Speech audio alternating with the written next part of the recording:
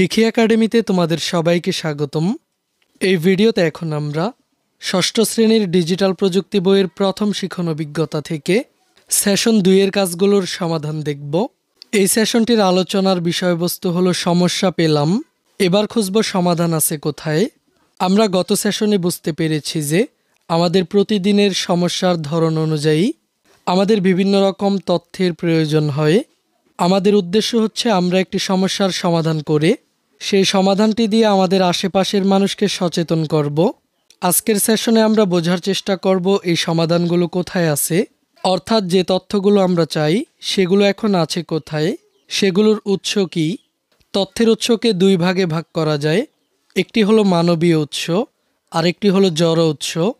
মনে করো তোমার বাসায় একজন এসে জানিয়ে গেলেন কেন টিকা দেওয়া প্রয়োজন, আবার তোমার অভিভাবকের মোবাইল ফোনে কখন কোথায় টিকা দিতে হবে তার তথ্য এলো।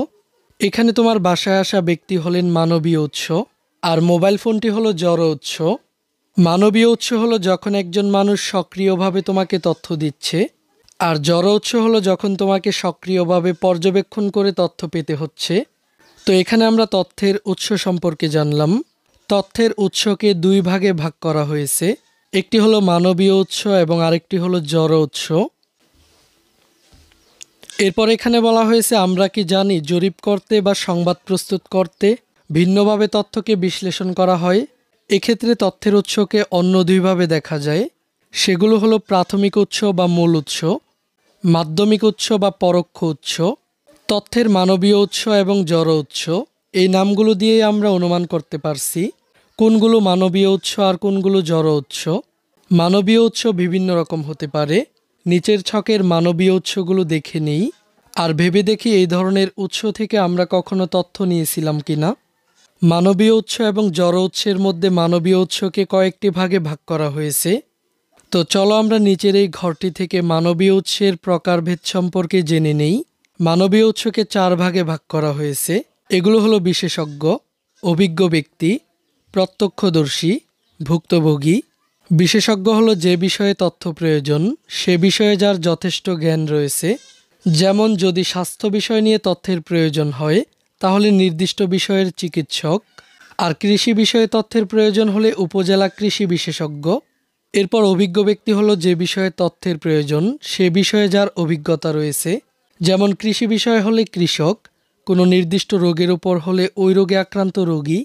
এরপর প্রত্যক্ষদর্শী হলো কোনো ঘটনা যে নিজে দেখেছে। যেমন মুক্তিযুদ্ধ নিয়ে কোনো তথ্য প্রয়োজন হলে উৎস হতে পারে একজন মুক্তিযোদ্ধা। এরপর ভুক্তভোগী, যে বিষয়ে তথ্য প্রয়োজন সে বিষয়টির কারণে সরাসরি ক্ষতিগ্রস্ত হয়েছেন এমন কেউ। যেমন বিষয়টি যদি বাল্যবিবাহ হয় তাহলে উৎস হবে বাল্যবিবাহের শিকার হয়েছে এমন কেউ বা তার অভিভাবক। তো এখান থেকে আমরা মানবীয় উৎসের বিভিন্ন প্রকার সম্পর্কে জেনে নিলাম। এবার আমরা সবাই মিলে ঘরটি পূরণ করি। এখানে ঘর 1.2 কয়েকটি ছক দেওয়া হয়েছে, আমাদেরকে ছকের ঘটনাগুলো পড়ে নিতে হবে, এরপর সমস্যাগুলোর সমাধান করতে হবে।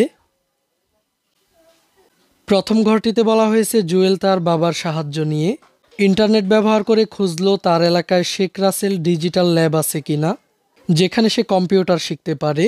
এখন ইন্টারনেট বা যে ওয়েবসাইট থেকে জুয়েল তথ্যটি নিল তা হয়ে গেল তার প্রয়োজনীয় তথ্যের উৎস।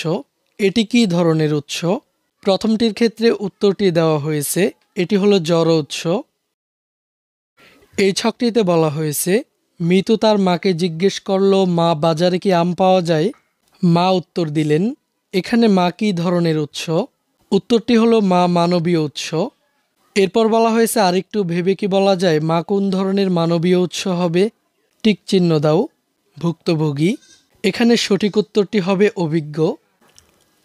এরপর বলা হয়েছে মিতু ও তার বন্ধুরা মিলে ঠিক করলো বিদ্যালয়ে একটি বাগান করবে, কিন্তু তারা জানে না তাদের এলাকার মাটি ও আবহাওয়ার জন্য কোন গাছ উপযোগী কিংবা সেই গাছের যত্ন কিভাবে নিতে হবে। তাদের বিদ্যালয়ের মালি এসে তাদের প্রয়োজনীয় তথ্য দিয়ে সাহায্য করলেন। তাহলে বিদ্যালয়ের মালি কী ধরনের উৎস? এখানে বিদ্যালয়ের মালি হলো মানবীয় উৎস।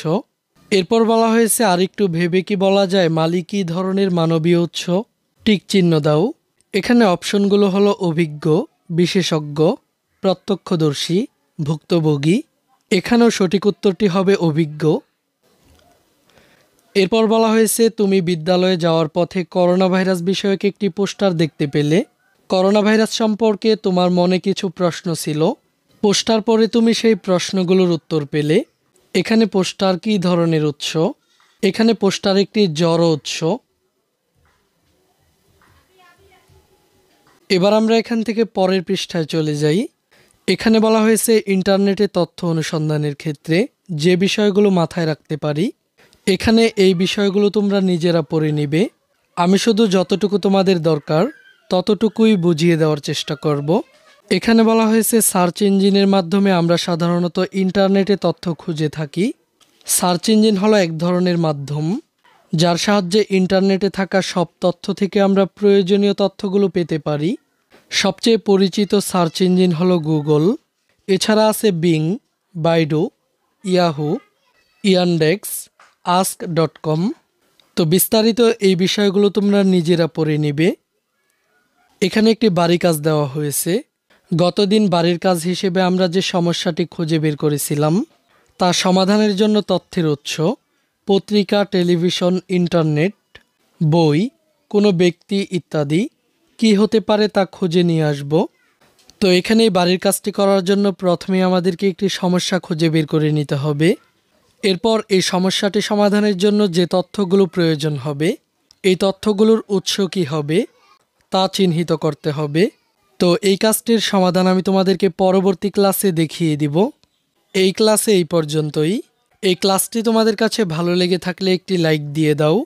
আর আমাদের চ্যানেলের সকল ক্লাসগুলো নিয়মিত পাওয়ার জন্য চ্যানেলটিকে এখনই সাবস্ক্রাইব করে রাখো।